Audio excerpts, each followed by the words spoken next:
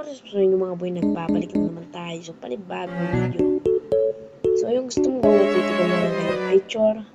Ayan, yung ganyan na yan. At 3D model na head. Ang profile. So I got you, my man.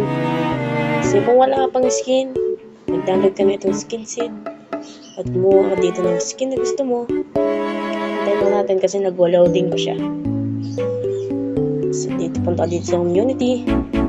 Makikita ka na dyan, maraming skin. O, diba? Dito pa nga si Tanso. Squid Game, uso talaga to. Okay, tara na. Mag-proceed na tayo. So, yung una natin gagawin. Oy, wait lang ka dyan. So, yung una natin gagawin. Punta ating Google. At wait lang natin syempre kasi nag-ano pa siya. At mag-search tayo ito.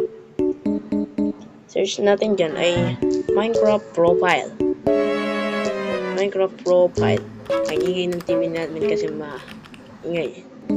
So dito, ito medyo mahirapan ka dito sa isa na to, yung unang-una. Punta tayo dito sa second. Ito muna tayo. Yung una natin gagawin, yung 3D head model, mga kaibigan. So, yung gagawin niya, pipindutin mo yan. At pipindutin natin ito yung choose file.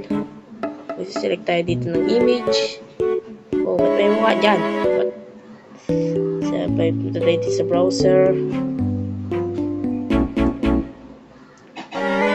Ito natin lahat makikita yung image natin sa gallery. Natin itong skin.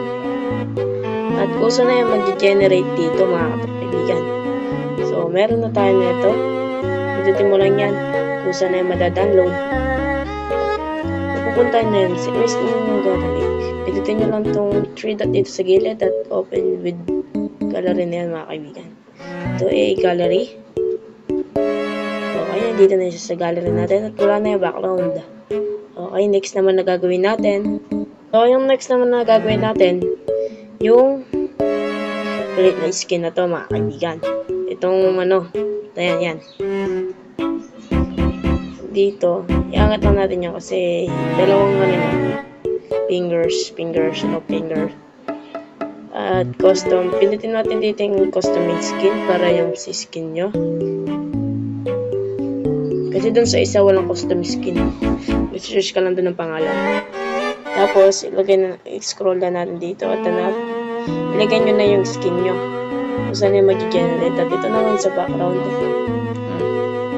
Ito, introvert. Tagilid lang siya. Transparent background. Ito, di ko ito alam eh. Ito, watermark. Di na natin siya alin. Mas maganda kasi pag may watermark. Okay, so na-download ko na ito. Kaya di ko na-download. Kaya saan lang. Kaya kung gusto mo ng mga video na mga ganito at may mga tutorial, like and subscribe. At share na lang. Siyempre, share mo na sa mga tropa mo.